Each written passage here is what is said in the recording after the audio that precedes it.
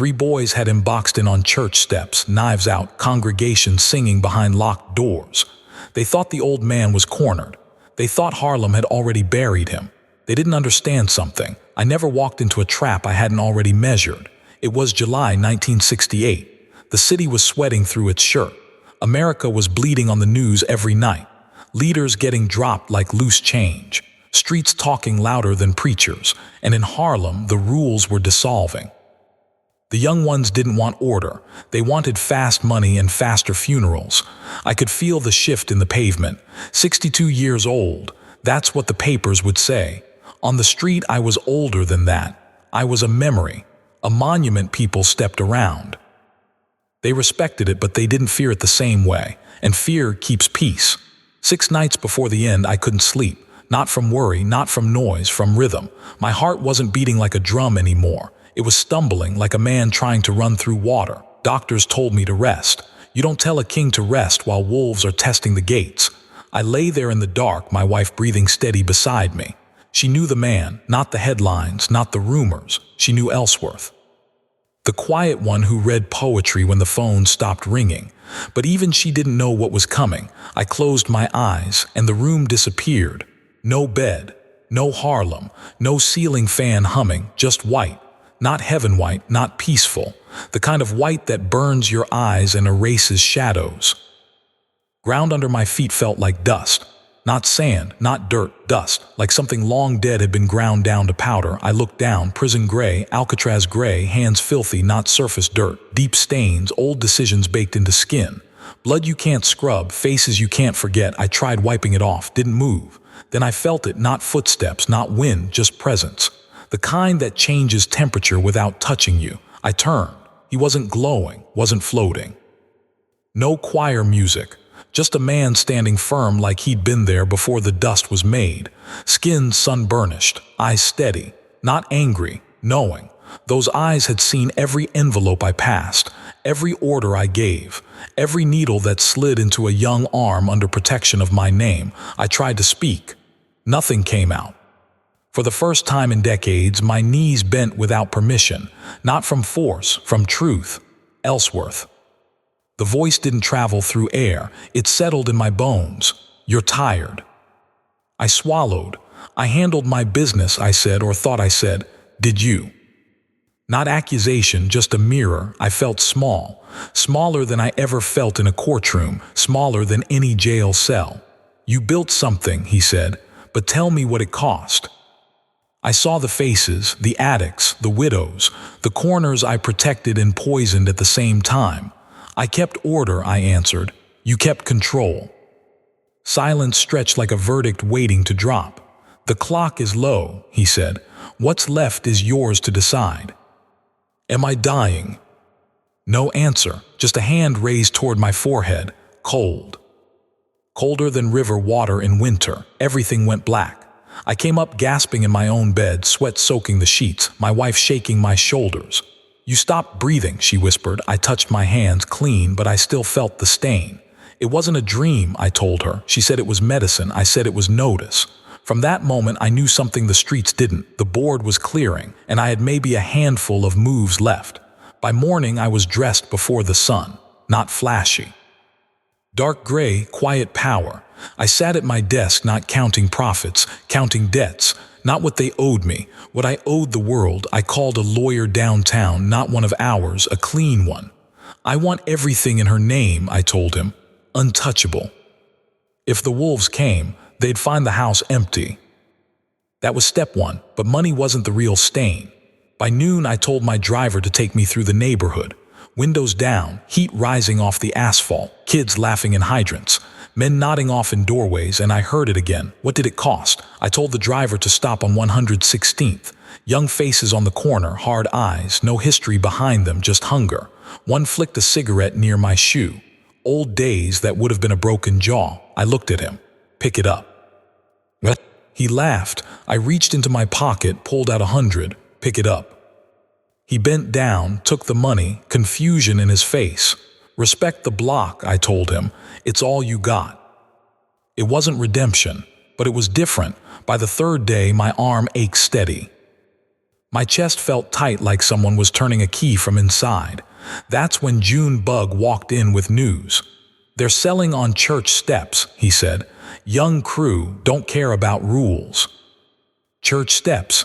Even in my world there were lines. I stood up slow. "Get the car." They thought we were going to talk. I wasn't going to talk.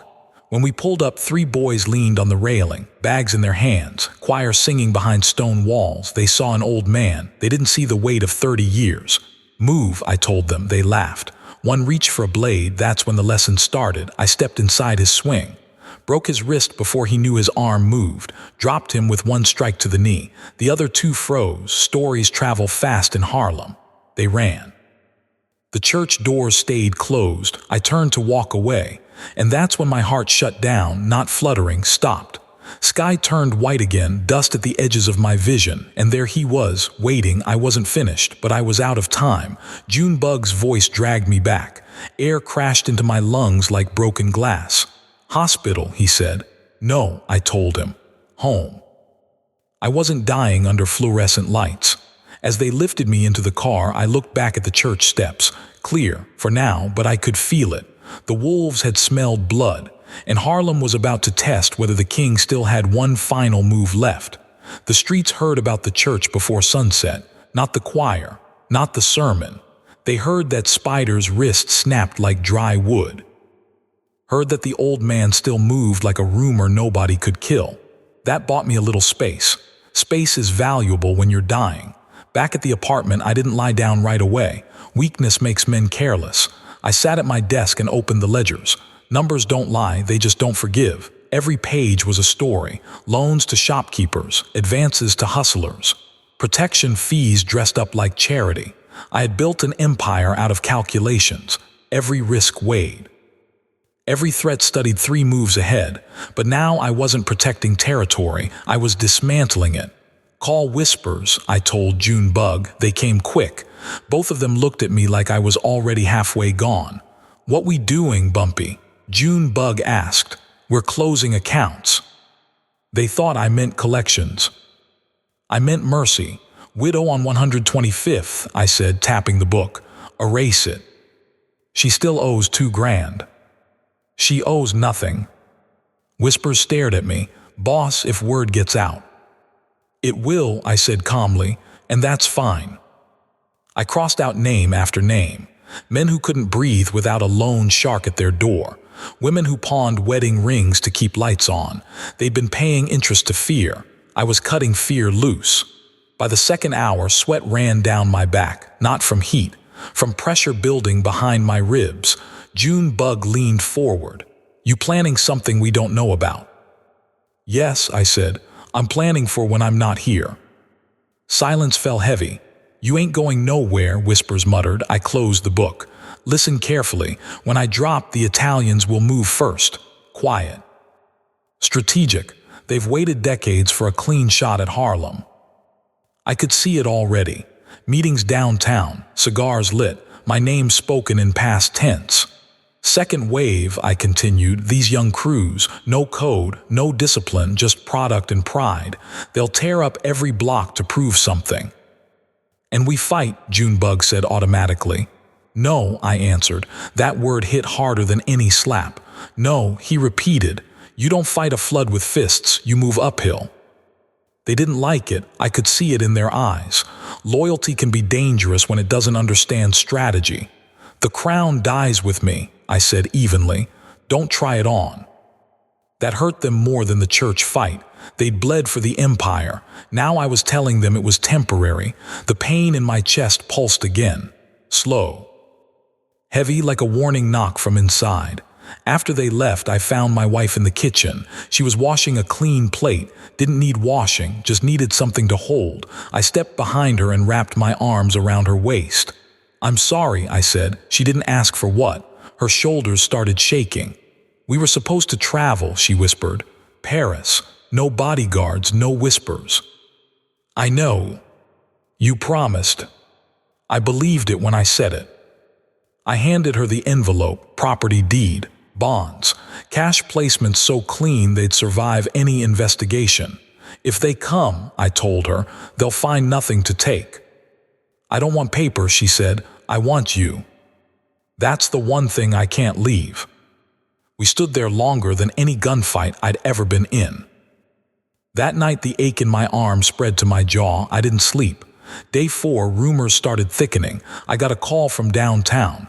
One of the Italians, smooth voice, respectful. Hope you're feeling better, he said. Translation, we hear you're fading. I feel fine, I answered. Good. Harlem's been stable. We'd hate to see disruption. Translation, don't leave a mess. I don't leave messes, I said quietly. We both understood the chessboard. By evening, word reached me that Spider's crew wasn't done. His boys were angry, said I embarrassed them, said they'd make a statement. I smiled at that. Young men confuse noise with power, but anger spreads fast when it's mixed with heroin and ego. Junebug wanted to send a message first. No, I told him. Let them breathe. Why? Because fear without direction explodes. I want it contained. I didn't have the energy for another war. That night my heart stuttered again, hard enough to make me grab the dresser. For a second the room faded, white creeping in at the edges. Not yet, I thought. I still had one thing left to do. Morning of the 5th day I woke up clear, too clear. I'd seen it before. Men on their deathbed suddenly sharp, laughing, asking for food, the body's last performance before curtain drop. I'm going out, I told my wife. No, she said immediately. Yes. Where? Somewhere I belong. She knew better than to argue long. By 2 a.m. we were in the car, city quieter, air cooler, Harlem breathing slow between heartbeats.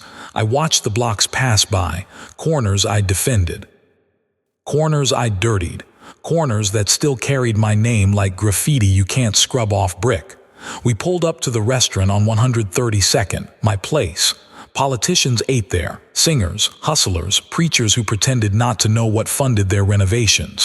When I walked in, the room shifted. Not fear, respect. The owner hurried over, smiled tight. Didn't expect you tonight. I was hungry, I said. They gave me my usual booth, back against the wall, facing the door, always facing the door. Old habits don't die, they sit with you. Junebug across from me, watching every breath I took. You look strong, he lied. I look expensive, I said. Chicken and waffles hit the table. Smell used to make me feel 10 years younger. Tonight it tasted like memory. I took one bite. My chest tightened. Not sharp, deep, like a fist closing slow around my heart. Coffee came. I lifted the cup. That's when it hit. Not fluttering, not stalling. Explosion. The cup shattered on the floor. Sound faded fast. Faces blurred. Junebug shouting something. Air disappeared and the white came back. Dust under my knees. Silence stretching forever. He was closer this time. No distance. No illusions. I'm not finished, I said. You are, the presence answered. I thought about the widow. The boy on 116th. The church steps cleared. It felt small against a lifetime. I tried. You adjusted the ledger, he said, but what about the weight? I looked down, no suit, no title, just a man. I bowed my head. I did damage, I said, and I called it order. The silence waited, no fire opened, no chains. Just a hand on my shoulder, warm this time. You loved, the voice said, even when you ruled wrong. Back in the restaurant, they were yelling for an ambulance.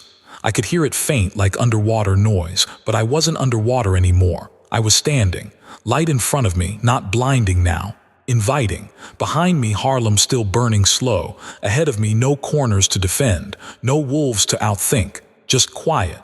And that scared me more than any gun ever did, because power, once you set it down, doesn't come back. They say when a king falls, the ground shakes. It didn't. The plate glass in that restaurant didn't crack. The jukebox didn't explode.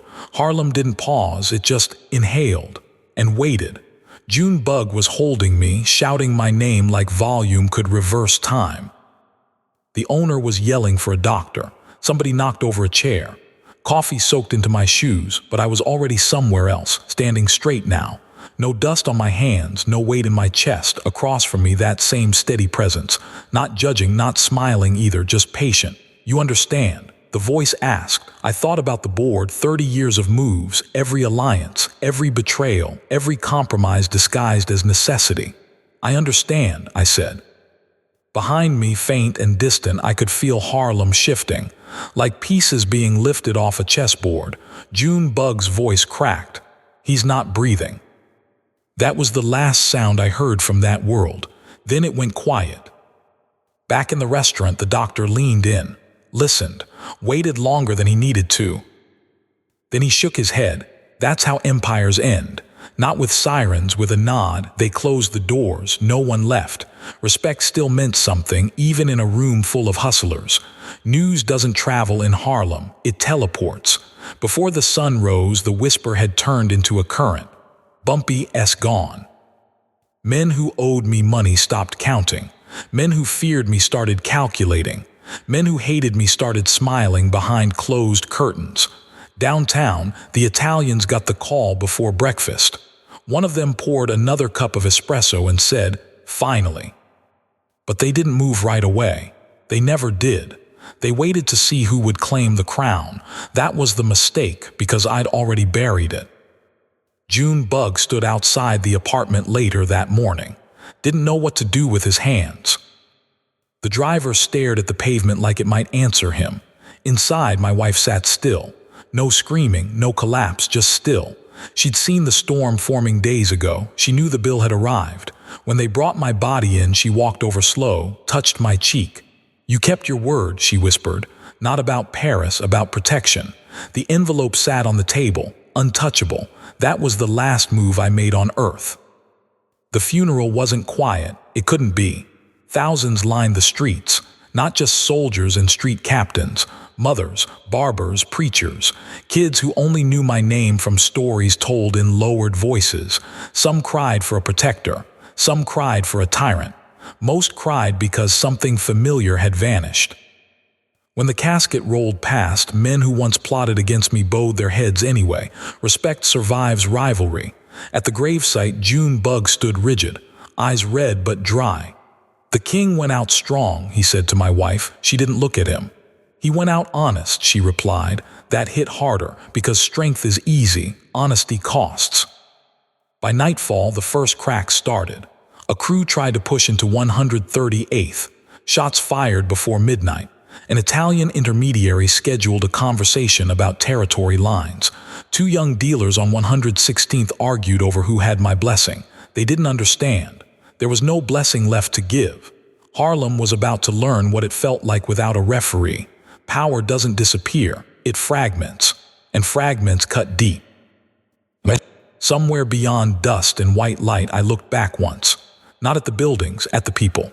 June Bug standing on a corner trying to hold something together that was designed to collapse. My wife walking through Harlem with her head high, exactly like I told her to. The boy from 116th picking up litter without anyone paying him. Small shifts. Maybe that was the real legacy, not fear. Adjustment. The presence beside me didn't rush. "You ready?" it asked. I took one last look at the city that made me and almost killed me. Harlem wasn't clean, never would be. But for a brief moment before the wolves lunged and the sirens sang, there was balance. And I had finally put the knife down. "Yes," I said. We stepped forward. Behind us, the streets roared back to life. Ahead of us, there were no more moves to calculate, just peace. And in my world. That was the rarest victory of all. Peace didn't last long in Harlem. It never does.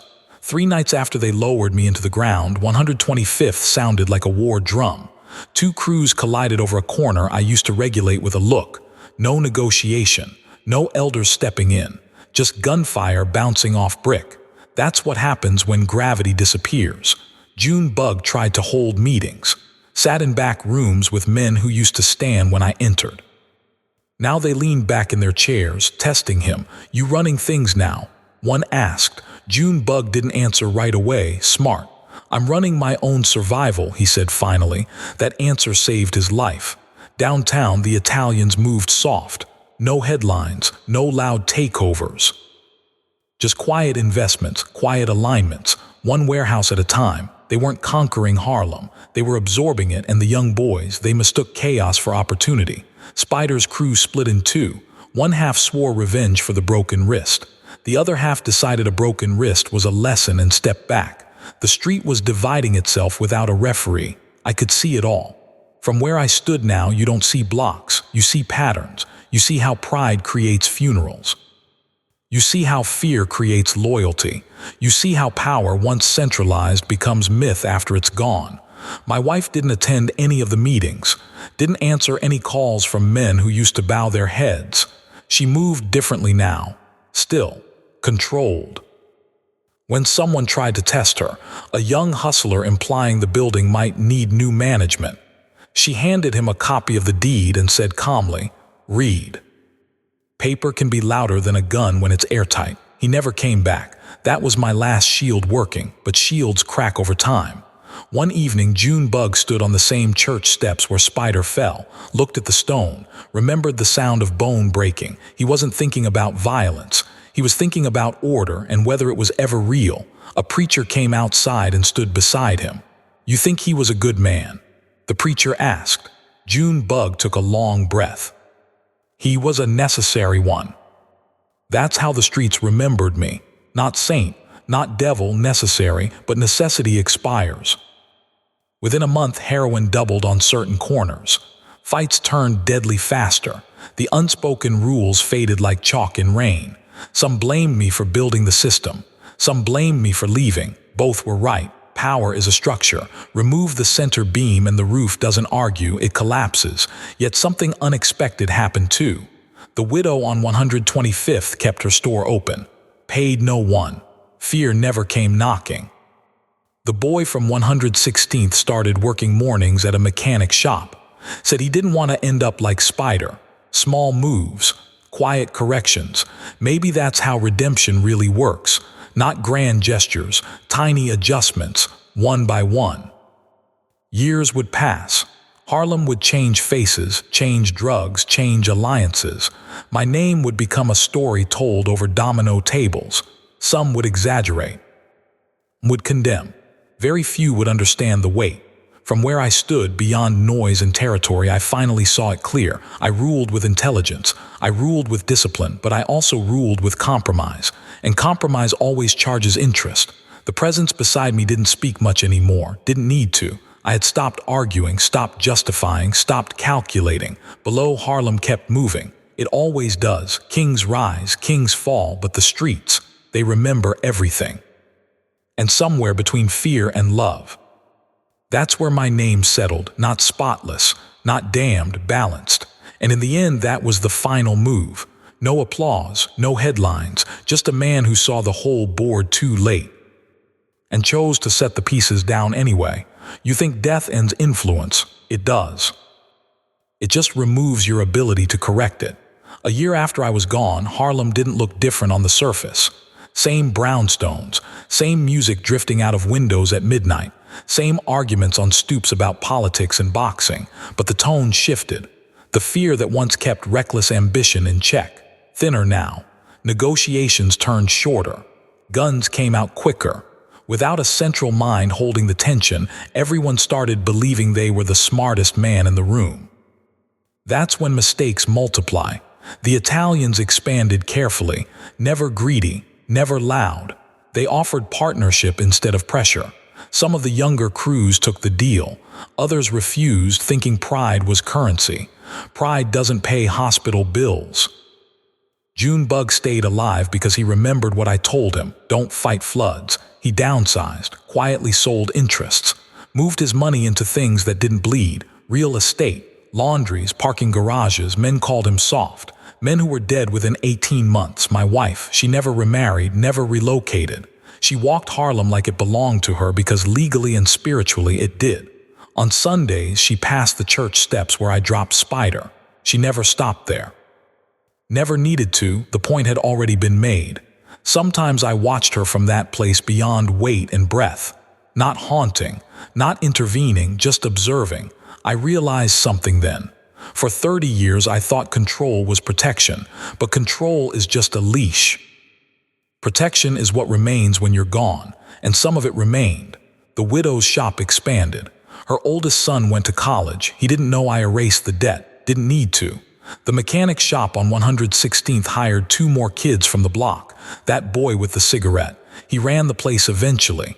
He told people once that an old man paid him $100 to pick up trash. They laughed. He didn't. Stories turn into parables when time stretches them. Meanwhile, Harlem survived what it always survives, itself.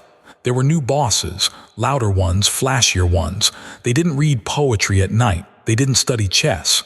They studied headlines, most burned fast. A few adapted, but none held the whole board the way I once did. Not because they couldn't, because the era had changed. The streets in the late 60s weren't the streets of the 30s. The discipline was different. The hunger was different. The country itself was fracturing. I was built for one kind of storm. The next one required something else. That's the part nobody likes to admit. Sometimes the king isn't overthrown. Sometimes the kingdom evolves past him. In that white space beyond Harlem, I stopped looking for validation. Stopped weighing good against evil like numbers in a ledger. I accepted the truth. I had been both shield and blade, both order and corruption, both protector and predator. And somehow in those final days I chose to leave the board cleaner than I found it. Not clean, cleaner, that's a difference. Years later, a young reporter would write about me, call me complex, call me feared. Call me legendary, they always need a word. Legend is easier than truth. Truth is this. Power is rented, respect is negotiated, legacy is accidental, and death is the only honest auditor. When my heart stopped in that booth, it wasn't defeat, it was settlement. The bill came due, and for once in my life, I didn't try to renegotiate. Somewhere Harlem still hums at night, subway rumbling beneath concrete, saxophones crying in after-hours bars, deals happening in shadows. New kings thinking they'll outthink time. I'd tell them something if I could. Not about guns, not about money, about weight. Because the crown isn't heavy when you wear it, it's heavy when you take it off. And one day, every king does. Time moved on, but Harlem never forgot how silence felt the night I left. Not because the streets loved me, because they understood structure. For decades, conflict had boundaries. Arguments had ceilings. Even violence had a code stitched into it. When I walked into a room, men recalculated before speaking. After I was gone, recalculation turned into reaction. That's the difference between a ruler and a riot. 2 summers later, a flashy young boss tried to declare himself the new order. Gold chains thick as rope. Bodyguards loud enough to announce insecurity from a block away. He lasted 6 months. Shot outside a nightclub by someone he'd once embarrassed publicly. See, power without restraint invites correction. Harlem corrected him. Over and over, the same lesson repeated. Control isn't about volume, it's about perception. I had spent years mastering perception. I let people think I knew things I didn't. Let them assume I saw angles they hadn't considered. Most of the time, I actually had. But the myth did half the work. After I died, the myth lingered longer than the man. There were nights when a deal stalled simply because someone said, if Bumpy were here, he wouldn't like this. That's influence, not presence. Influence. Eventually, even that faded. New generation, new appetites, cocaine replacing heroin, politics changing, policing changing, everything speeding up. The era of chess slowed down in a world that started playing roulette. And still, my name surfaced whenever someone spoke about order, not morality, order. My wife aged with grace that made people uncomfortable. She never sold the apartment. Never hid the name. When reporters came around asking for interviews, she declined. He said everything he needed to, she'd answer. That was true. I said it in the way I moved during my last week, forgiving debts, warning my men, standing on church steps even when my heart was folding in on itself. Those weren't random acts. They were final positioning. Even in death, I was calculating the fallout, not to preserve my empire, to soften its collapse. That's something only a tired king understands. You don't save the throne. You save the people who would die trying to defend it. From where I stand now, there's no more ambition, no hunger, no territory, just clarity. I see that Harlem didn't need a savior. It needed stability. For a time, I was that. For a time, I was also the problem. Both can exist in one man. That's the uncomfortable truth history smooths over. They'll either paint you as a monster or a hero. Rarely as a strategist who made imperfect choices in an imperfect war, but that's what I was. And when the final move came in that booth, coffee on the floor, men shouting my name, I didn't beg for more time. I had already used it. The presence beside me once asked if I understood. Now I do. Harlem keeps building kings. But the wise ones, the rare ones, realize something before the end. You don't own the streets. You borrow them. You don't control fate. You negotiate with it. And when it's time to walk away, you make sure the door doesn't slam on the people behind you. That was my last lesson. Not about fear, not about dominance, about exit. Because how a man leaves the board tells you more than how he ruled it, and in the end I didn't go out shouting. I went out settled, which, in my line of work, is the closest thing to victory you'll ever get. Grief doesn't just mourn a man, it studies the space he leaves behind. After my funeral at St. Martin's Episcopal Church, the line wrapped past faces I'd known for decades and boys who only knew my name from whispers. Cameras flashed. Politicians nodded solemnly. Old rivals stood still long enough to calculate the new math, because that's what death does in Harlem. It creates math, and the numbers didn't add up clean. Within weeks, the vacuum began to hum. The first mistake came from a crew out of the Bronx. They assumed Harlem would fracture into small, hungry factions. They assumed loyalty died with the man. They didn't understand something simple. Loyalty doesn't vanish, it waits. Meetings started happening in back rooms again, not loud ones, not flashy ones, quiet apartments, folding tables, coffee in chipped mugs. Men who once answered to me now answered to uncertainty. That's a dangerous employer. Frank Lucas watched carefully from the sidelines. Frank Lucas had always been patient. He learned that patience in my shadow. He didn't rush to claim anything publicly. Smart. Instead, he strengthened supply lines, reinforced connections overseas, made sure the flow didn't stutter. Control the flow, control the future. But Harlem wasn't just about product. It was about temperature, and the temperature was rising. Younger crews lacked the old discipline. They didn't grow up negotiating territory with glances and coded sentences. They grew up watching headlines. They wanted spectacle. One Friday night, shots rang out on Lenox Avenue over a dispute that 10 years earlier would have been settled with a warning. 3 men dead. No structure to absorb the shock. That's when the elders began to worry. Not about money, about spiral. Spiral is what happens when nobody credible says enough. I used to say it once and the air shifted. Now no single voice carried that weight. Even the police felt it. New York City Police Department increased patrols. Raids grew more frequent. Task forces formed with federal backing. Pressure from above. Chaos below. That's how neighborhoods suffocate. My old lieutenants tried to replicate my model, rotating responsibilities, limiting retaliation, keeping disputes internal. But leadership isn't a coat you inherit, it's a presence you project. And projection can't be faked for long. Meanwhile, politics downtown shifted. The city was changing. The appetite for tolerance was shrinking. Federal prosecutors began building cases that stretched across borough lines. Conspiracy charges, mandatory minimums. The chessboard was becoming a courtroom. And courtrooms don't respect street mythology. I watched as alliances thinned. Frank's empire expanded for a time. His methods were bold. Too bold, the kind of bold that attracts headlines. Headlines attract scrutiny. Scrutiny attracts collapse.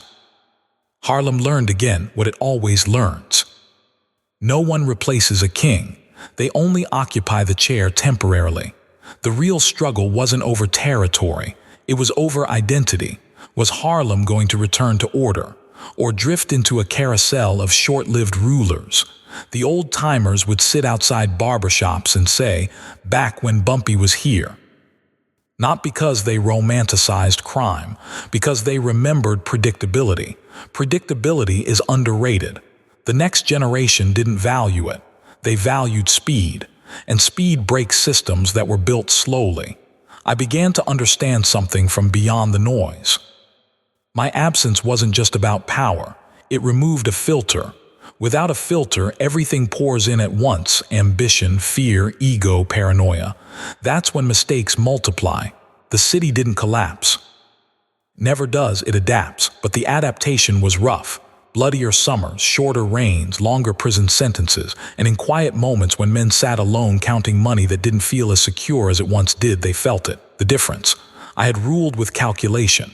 Now Harlem was being ruled by momentum. Momentum doesn't think, it reacts, and reaction is expensive. The first knock didn't come at dawn. It came at 2:17 a.m. That's deliberate, dark enough to disorient, late enough to humiliate. Federal agents moved in waves across Harlem, the Bronx, parts of Brooklyn, doors splintered, safes cracked, ledgers seized. Men who once walked with posture were marched down stairwells in handcuffs. This wasn't local pressure. This was orchestration. The indictments were built under the United States Department of Justice and coordinated with the Federal Bureau of Investigation. Conspiracy statutes, racketeering language that wrapped years of activity into single charges. Street strategy doesn't translate well in federal court. You can intimidate a rival. You can negotiate with a precinct captain. You cannot stare down a grand jury. The headlines named Frank Lucas prominently. He had built his empire with audacity, bypassing traditional pipelines, crafting international supply routes, moving product with military precision. It was brilliant. It was visible. Visibility invites attention. Attention invites dismantling. The raids weren't just about drugs. They were about message. Harlem was no longer an exception. It was an example. In interrogation rooms downtown, fluorescent lights replaced street corners. Men who once resolved disputes with coded glances now faced prosecutors offering numbers, decades stacked like bricks. Some folded. Some didn't. Loyalty sounds noble until it's measured in years behind concrete. Without central leadership, cohesion fractured faster than expected. Smaller crews began cooperating quietly to reduce their exposure. Informants surfaced where pride once stood firm.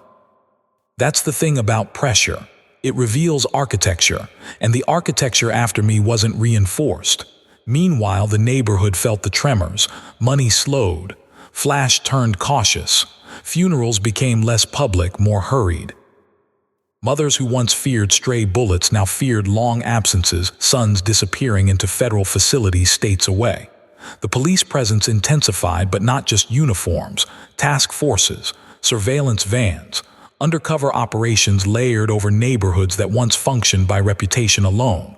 Harlem adjusted again. It always does. But the adjustment was different this time. It wasn't about replacing a king. It was about surviving a crackdown. The younger generation watched carefully. They saw that boldness could build an empire, and headlines could erase it. They saw that charisma didn't protect you from sealed indictments. They saw that myth had an expiration date. From where I stand, detached but aware, I recognize something I didn't fully grasp while breathing. The system evolves too. While we were mastering corners and corridors, the government was mastering paper. Paper wins. Eventually, not because it's stronger, because it's patient. The last of the major trials ended with sentences long enough to age men into ghosts. Harlem exhaled not in relief but in exhaustion, and in that exhaustion something unexpected happened. Ambition cooled, not permanently, just enough. For a brief stretch the streets felt quieter, not orderly like before, but cautious. Caution isn't stability, it's recovery, and recovery creates space. Space for new thinking, new leadership, new approaches that don't look like crowns at all. The boys who grew up during the indictments didn't dream the way we did. They didn't idolize corners. They studied consequences. They watched men with reputations bigger than buildings disappear into federal custody and return gray, slower, diminished. They watched mothers age in visiting rooms. They watched entire crews evaporate because one person decided 20 years was too long to be loyal. That kind of childhood rearranges ambition. Instead of hustling outside bodegas, some of them hustled in classrooms. Instead of memorizing territory lines, they memorized legal language, conspiracy, asset forfeiture, mandatory minimum. Power, they realized, wasn't just about controlling product. It was about controlling narrative.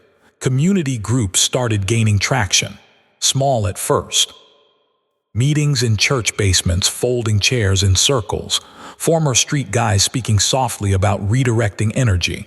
It sounded corny to the older generation, but the younger ones listened. They weren't afraid of violence. They were bored of it.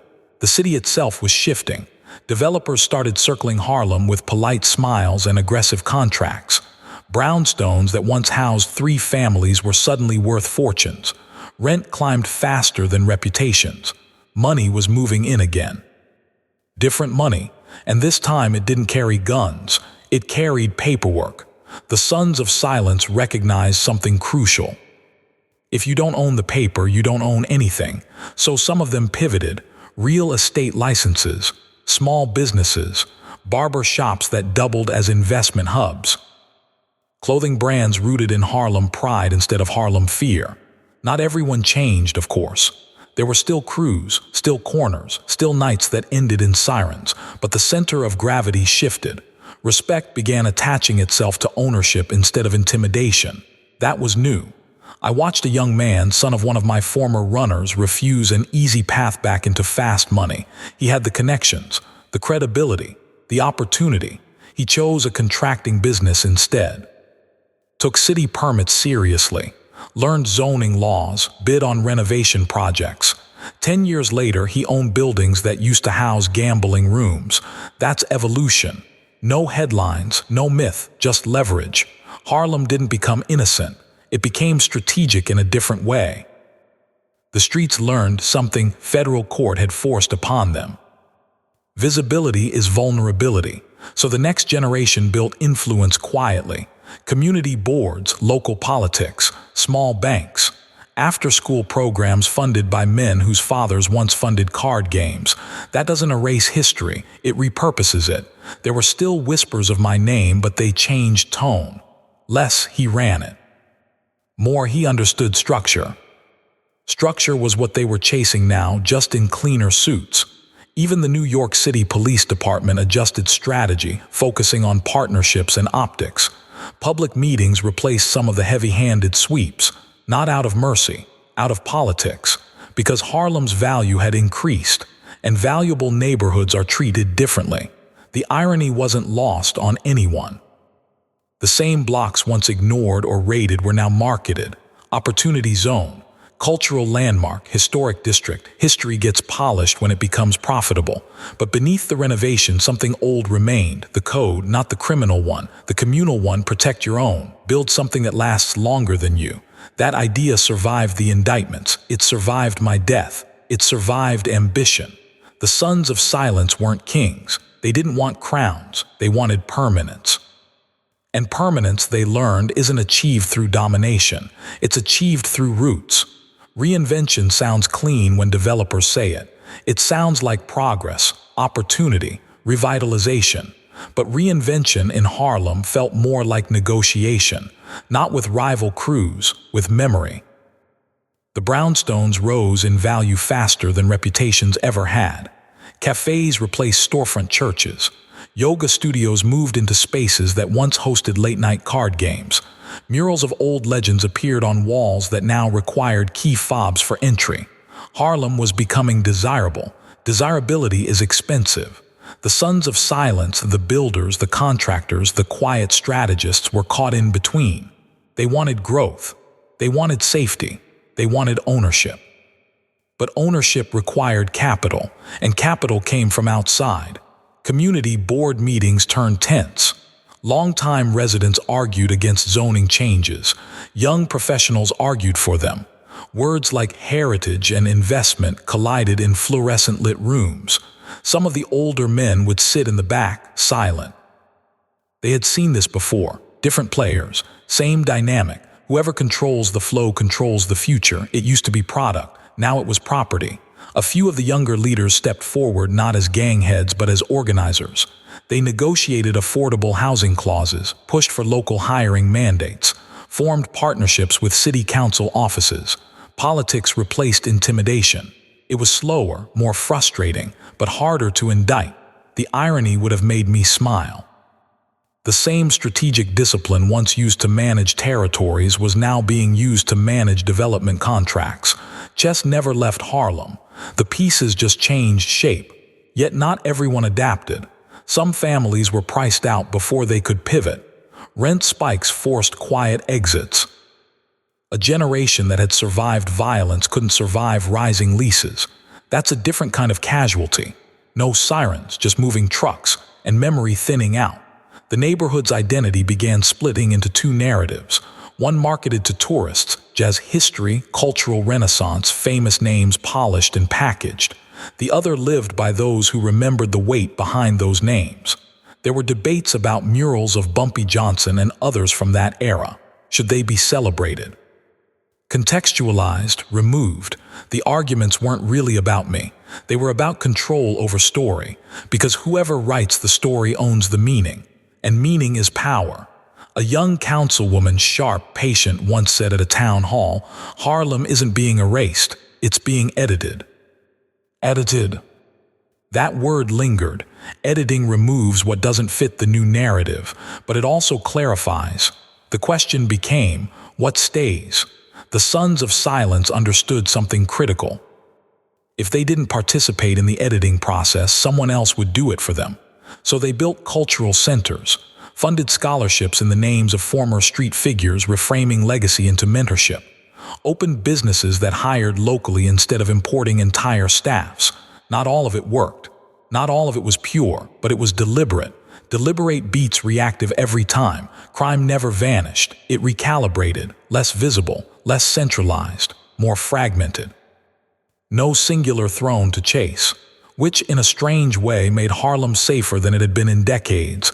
Not peaceful, but balanced. Balance was always the real prize. From where I observe now, I see something I didn't fully grasp while breathing. Harlem didn't need another king. It needed architects, and architects don't rule. They design systems that function without them. The final question lingering in the air wasn't whether Harlem would change. It always does. The real question was whether it could change without forgetting itself. The collision didn't start with violence. It started with a vote. A proposal landed before the community board. A luxury development project that would replace 3 aging buildings on 132nd Street. The plan promised jobs, retail space, rooftop gardens, and cultural preservation elements. That last phrase drew attention, because preservation is easy to promise, hard to define. The buildings scheduled for demolition weren't famous landmarks. No plaques, no tour buses stopped outside. But one of them had once housed a social club where deals were whispered, disputes settled, futures quietly redirected. Not just in my time before Me Too. Places like that don't make brochures. They make continuity. The developer offered to install a mural in the new lobby honoring Harlem's complex past. A stylized painting of suited men under streetlights, jazz in the background. Abstract enough to be palatable, safe history, sanitized gravity. The room split immediately. Older residents spoke about memory, about texture, about not turning struggle into decoration. Younger entrepreneurs spoke about opportunity, about equity stakes, about negotiating from inside rather than protesting from outside. Both sides were right. That's what made it heavy. One voice changed the direction of the night. It wasn't loud. It didn't carry nostalgia. It carried strategy. A woman in her 30s, daughter of a man who once ran errands for crews in the 70s, stood up and said, "Don't fight the building, own part of it." Silence. She proposed a counteroffer, community investment participation, profit-sharing agreements, guaranteed commercial space at controlled rates for local businesses, scholarships funded by a percentage of annual revenue. If the structure was coming down, then the next structure needed roots, not just glass. Negotiations stretched for months. Lawyers replaced lobbyists. Numbers replaced emotions. And something unusual happened. The developer conceded more than expected, because Harlem wasn't fragmented anymore, it was organized. The Sons of Silence had learned from indictments. Paper wins, so they mastered paper. When demolition day finally came, there were no riots. No celebration either, just watchful eyes. The old brick fell, dust rose, memory shifted. But in its place, steel rose with names attached to contracts signed by local hands. Not complete victory, not surrender. Blueprint, that's what legacy becomes when handled correctly. Not a shrine, a foundation. As the new building opened a year later, its ground-floor retail spaces were filled with businesses owned by residents who grew up within walking distance. A scholarship fund launched quietly. Apprenticeships followed. Was it perfect? No. Some still felt displaced. Some felt compromised. But compromise with leverage is different than compromise from weakness. Harlem didn't freeze in time. It translated itself. And that's harder than preservation. Because translation requires understanding both languages, past and future. From where I stand, watching generations negotiate instead of dominate, I recognize something that took me a lifetime to learn. Power that survives isn't loud, it's embedded. It writes itself into contracts, institutions, habits. It outlives personality. The streets don't need kings, they need continuity. And for the first time since my heart gave out in that diner booth, Harlem wasn't reacting to absence. It was designing presence. Not mine, its own. Influence travels differently now. It doesn't ride in caravans. It spreads through meetings, policy drafts, whispered phone calls between organizers in different boroughs. What Harlem negotiated on 132nd Street didn't stay on 132nd Street. Other neighborhoods were watching. In the South Bronx, in Bed-Stuy, in parts of Brooklyn where brownstones were rising in value faster than wages. Community leaders began asking, how did Harlem secure equity instead of displacement? And Harlem answered not with speeches but with paperwork. Templates were shared, clauses copied, strategies refined. The sons of silence had become instructors, not in crime, in leverage. A delegation from Atlanta visited to study the model. Another from Chicago requested meetings about community-backed ownership structures. That's how legacy travels. Not through myth, through replication. Harlem's evolution became case study material in urban policy forums. Professors referenced it in lectures. Activists debated its compromises. Some critics argued the neighborhood had sold out. Others argued it had grown up. Both perspectives missed something fundamental. Growth and compromise often arrive holding hands. The difference between surrender and strategy is participation, and Harlem had chosen participation. Meanwhile, the physical transformation continued. Luxury condos rose near landmarks like the Apollo Theater, their glass reflecting history that once unfolded beneath marquee lights. Tourists came searching for curated authenticity. But beneath the surface, something quieter anchored the change. Ownership percentages. Community land trusts. Mentorship pipelines connecting high school students to law firms and real estate offices. The new power brokers didn't posture. They audited. They didn't threaten. They negotiated. It would have been unrecognizable to my generation. And yet, it wasn't entirely different. The core principle remained. Control the flow. Once it was heroin, then it was cocaine. Now it was capital. Flow determines fate. And Harlem finally understood that fate doesn't just happen, it's structured. There were still nights when sirens cut through the air, still arguments, still fractures. No place becomes utopia, but the cycle of flashy kings rising and collapsing had slowed because the throne itself had dissolved. In its place stood boards, committees, quiet coalitions, less cinematic, more durable. The irony is almost poetic.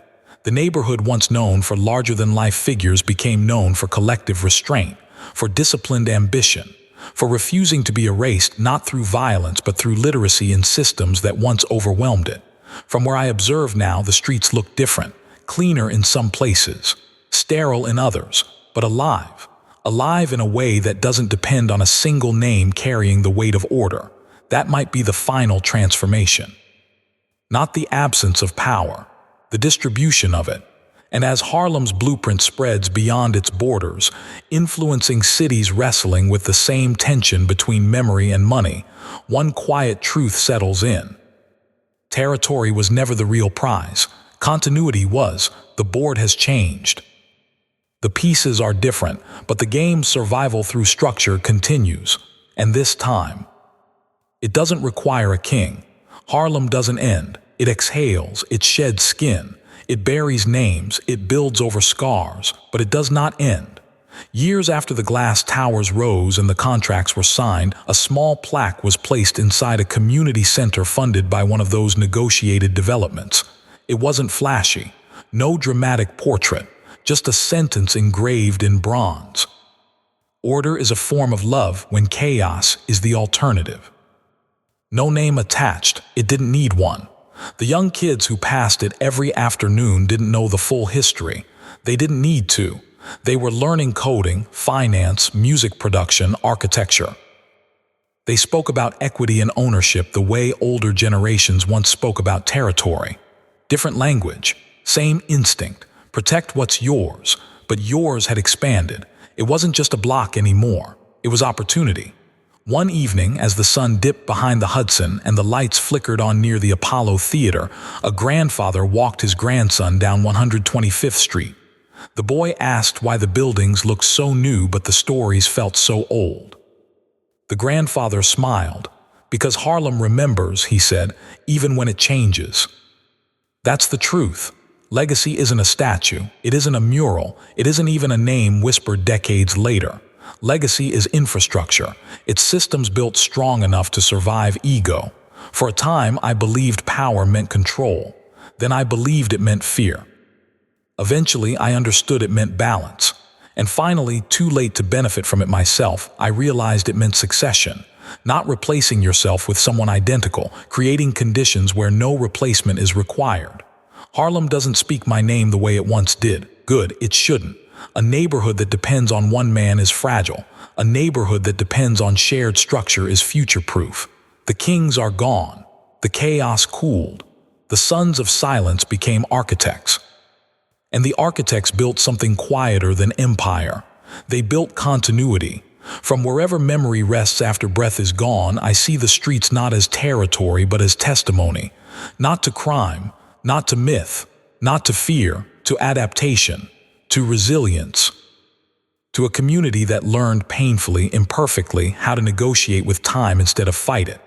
That was the final evolution, not domination, not survival, stewardship.